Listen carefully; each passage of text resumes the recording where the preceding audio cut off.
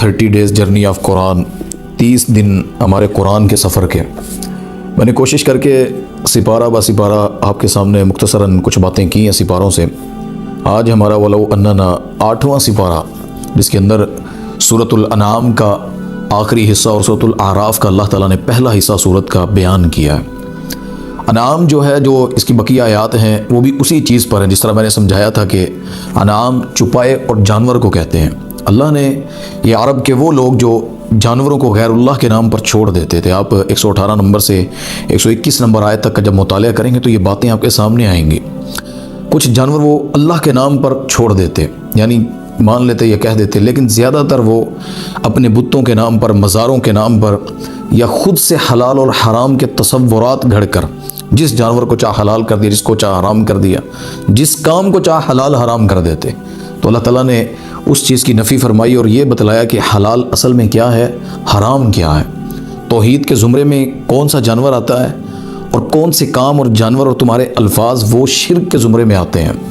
اور اللہ تعالیٰ نے اس صورت کا موضوع بھی اسی لیے رکھا کہ جانور جو ہیں وہ کون سے حلال ہیں، کہاں پر، کس نوعیت کے۔ اللہ نے کہا وہ میں نے بتلا دیا۔ اجازت صرف اس کی ہے جس جانور پر ذبح کرتے وقت اور وقف کرتے وقت اللہ کا نام لیا جائے۔ جس جانور پر غیر اللہ کا نام لیا جائے گا نا، وہ جانور اللہ فرماتے ہیں وہ حرام ہے۔ تو اس سے آگے آپ 136 نمبر آیت تک پڑھیں گے تو اللہ کہتے ہیں عرب اپنی کھیتوں، فصلوں، جانوروں کا ایک حصہ اللہ کے لیے، ایک حصہ غیر اللہ کے لیے وقف کرتے تھے، جبکہ غیر اللہ کے لیے وقف کرنا اللہ فرماتے ہیں وہ حرام ہے۔ یعنی جس کی ڈیمانڈ تھی اس کے لیے نہیں کر رہے۔ اللہ کہتے ہیں یہ حرام کام جو میں نے کیا ہے، یہ اس کی طرف بڑھ رہے ہیں، اس کے نام پر وقف کر رہے ہیں۔ اسی طرح 137 نمبر آیت اللہ کہتے ہیں اسی طرح اپنے بچوں کو بھی بعض درباروں اور مزارات کے لیے وقف کر دیتے ہیں۔ ہمارے بھی ملک میں وہ دولے شاہ کا دربار ہے، وہاں پر بھی بچوں کو ان کے عجیب چہرے، سر، بال چھوڑ دینا، چٹیاں چھوڑ دیتے ہیں بعض درباروں والے بچوں کے نام کی، اور کہتے ہیں یہ اللہ کے نام کی چھوڑی اور اس مزار پر جیے گا مرے گا۔ تو اللہ کہہ رہے ہیں بعض بچوں کو بھی یہ درباروں پر، مزارات پر وقف کر دیتے ہیں، حالانکہ یہ غیر شرعی ہے۔ دیکھیں وقف اگر ہونا ہوتا، حضرت مریم علیہ السلام کے بارے میں جب آتا ہے نا کہ ماں نے انہیں مسجد اقصیٰ کی اس حرم کی خدمت کے لیے لگا دیا، وقف کر دیا تھا انہیں، تو کچھ باتیں وقف کی ایسی سمجھ آتی ہیں جو اسلام کے لیے ہوں، قبروں کے لیے یا بالوں کو چھوڑ کر یا مجاور بن کر منکے پہن کر بیٹھنا یہ مسلمانوں کا شیوا نہیں ہے۔ اللہ تعالیٰ یہاں اس چیز کو سمجھا رہے ہیں کہ اولادوں کو بھی درباروں اور مزاروں پر وقف نہیں کرنا۔ اس سے آگے اللہ تعالیٰ نے 138 نمبر آیت میں فرمایا کہ جو کھیتی یا جانور غیر اللہ کے لیے وقف کرتے ہیں اس کے متعلق انہوں نے اصول بنا رکھے تھے، کون اسے کھا سکتا ہے، کون نہیں کھا سکتا، اس جانور پر کون سواری کر سکتا ہے، کون نہیں کر سکتا ہے۔ بعض جانوروں پر وہ اللہ کا نام نہیں لیتے تھے، یعنی زیادہ تر وہ غیر اللہ کا ہی نام لیتے تھے۔ اللہ یہاں یہ سمجھا رہے ہیں تو جو کھیتی یا جانور غیر اللہ کے لیے وقف کرتے ہیں انہوں نے شرک کیا۔ انہوں نے جو اصول بنائے ہیں، ایسی سواری پر یہ سفر ہوگا، یہ نہیں ہوگا، یہ کرے گا، اس طرف ہوگا، اس طرف سفر نہیں ہوگا، یہ اللہ کہتے ہیں یہ اللہ کا جو نام نہیں لیتے نا یہ جائز ہی نہیں ہے۔ اس سے آگے 139 نمبر آیت ہے، اللہ کہتے ہیں بعض جانوروں کا بچے کا گوشت کھانا، یعنی بعض جانوروں کہتے ہیں کہ یہ بچے اس کا گوشت کھا سکتے ہیں۔ بعض کا کہا کہ مردوں کے لیے یہ حلال ہے اور عورتوں کے لیے حرام کیا ہوا تھا، یعنی اس حد تک گرے ہوئے تھے، بعض کو حلال اور بعض کو حرام خود کر رہے تھے۔ تو اللہ کہتے ہیں یہ حصے چن لینا اس طرح کے حلال و حرام، اللہ اس کی اجازت نہیں دے رہا۔ اللہ اکبر۔ 141 نمبر آیت سورۃ الانعام کی اللہ کہتے ہیں یہ اللہ کا حق ہے کہ جب فصل تیار ہو اس کا 10واں حصہ اللہ کے راستے میں دیا کرو۔ بنی اسرائیل اللہ تعالیٰ کے حقوق نہیں مانتے تھے۔ اللہ ان کی چیزیں بھی یہاں سمجھا رہے ہیں کہ یہ سارے بنی اسرائیل سے جو تاثرات آئے ہیں ان کو پتہ ہونا چاہیے کہ جو فصل یہ بیچتے ہیں اس سے جب وہ پھل اٹھاتے ہیں تو 10واں حصہ اللہ کا ہے۔ اللہ یہاں یہ چیز سمجھا رہے ہیں۔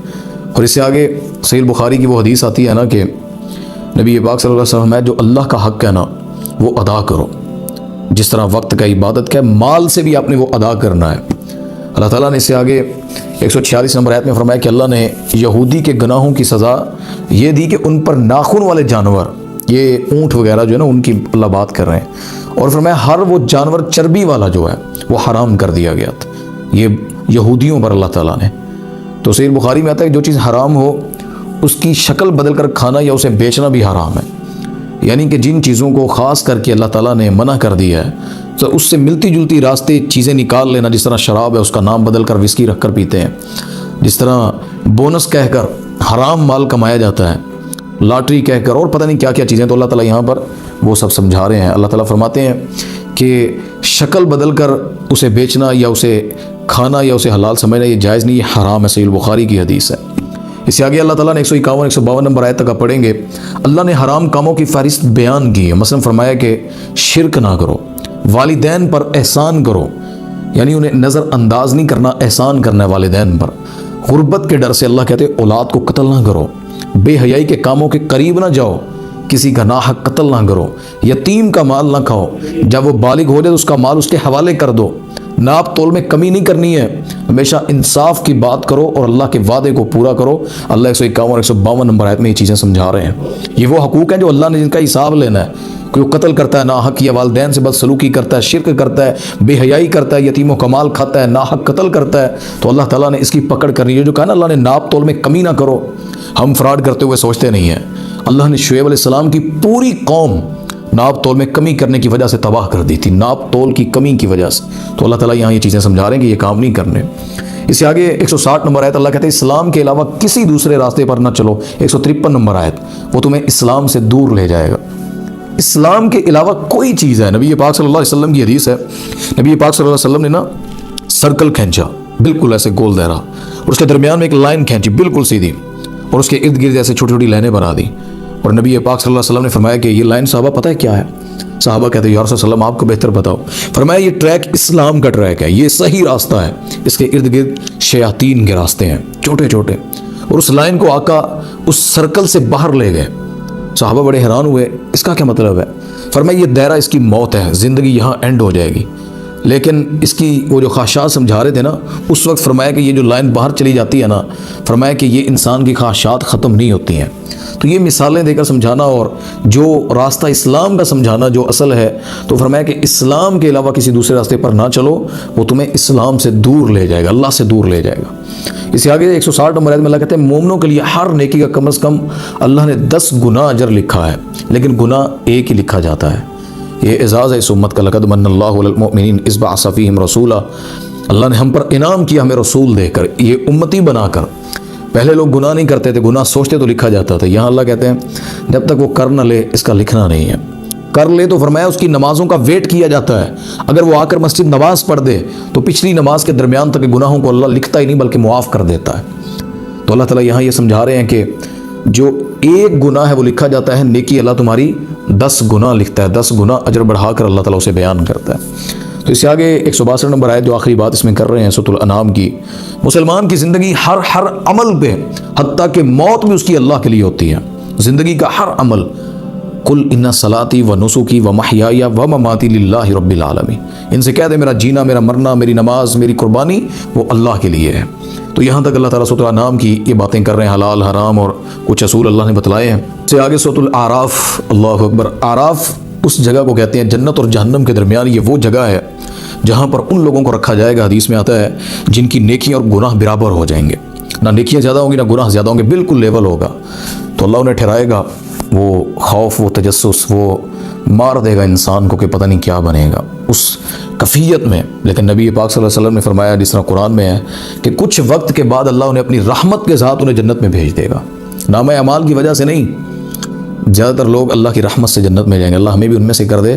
اعمال کیا ہیں؟ ایک شخص آئے گا، حدیث میں آتا ہے قیامت کے دن اللہ پوچھیں گے، اس کی بہت زیادہ نیکیاں ہوں گی، ہر طرف نیکیاں ہی نیکیاں، اللہ کہیں گے تم نے نیکیوں کی وجہ سے جنت میں جانا ہے یا میری رحمت کی وجہ سے، میرے احسان کی وجہ سے، میرے یعنی وہ جو فضل ہے اس کی وجہ سے جانا ہے؟ وہ کہے گا اللہ میری نیکیاں ہی بہت ہیں تو مجھے میری نیکیوں کا بدلہ دے دے۔ لیکن فرمایا کہ جب اللہ اسے نیکیاں اس کی تولے گا اور ایک نعمت، آنکھ ہے، ہاتھ ہے، کچھ بھی ہے، اللہ اسے نامہ اعمال کے ایک ترازو میں رکھ دے گا، تو اللہ کی دی ہوئی نعمت اس کی نیکیوں کو ڈاؤن کر دیں گے، اور جو اسلام کا پلڑا ہے یعنی نعمت کا وہ اللہ بڑھا دے گا، اس کی نیکیوں والا اللہ ہلکا کر دیں گے۔ تو یہی چیز اللہ سمجھا رہے ہیں کہ میری رحمت کے ساتھ جنت میں جانا ہے، یہاں کوئی اور راستہ نہیں ہے۔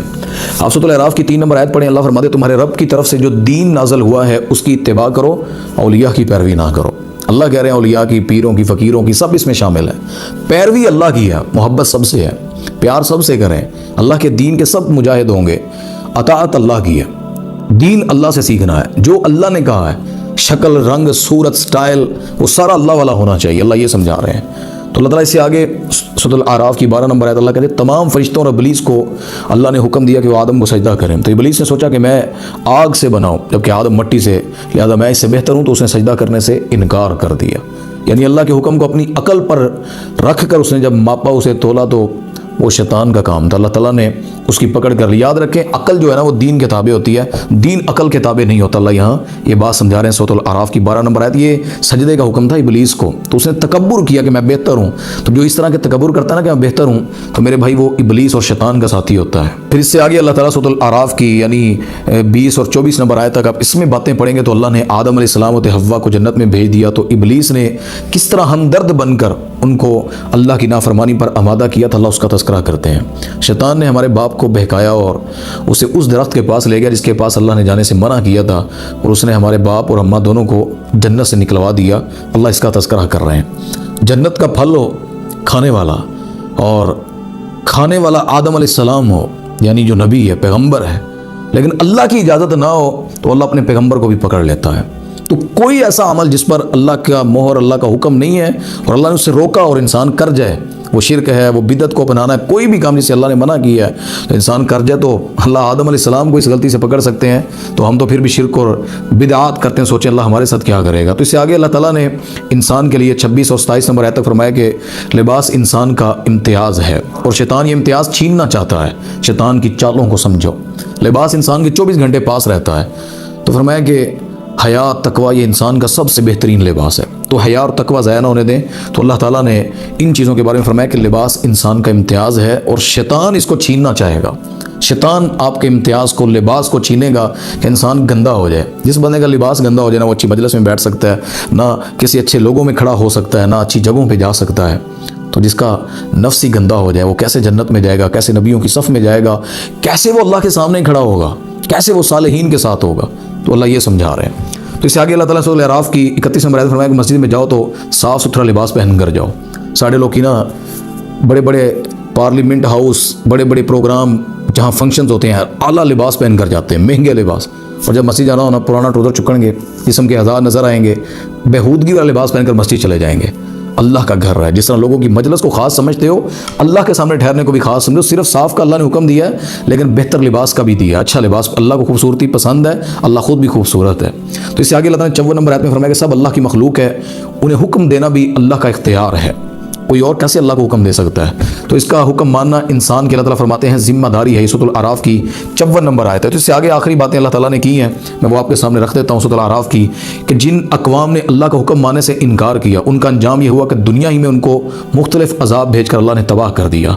مثلا یہاں جو 64 سے 92 یعنی 92 نمبر آیت تک اللہ نے قوم عاد، قوم نوح، قوم سمود، قوم لوط، قوم مدین وغیرہ اللہ اس کا تذکرہ کر رہے ہیں۔ یہ ساری قوموں کا کہ اللہ نے کو کیسے تباہ کیا، لوط علیہ السلام کی، نوح علیہ السلام کی، قوم مدین، انشاءاللہ میں ڈیٹیل سے اس پر بات کروں گا، قوم عاد، قوم نوح۔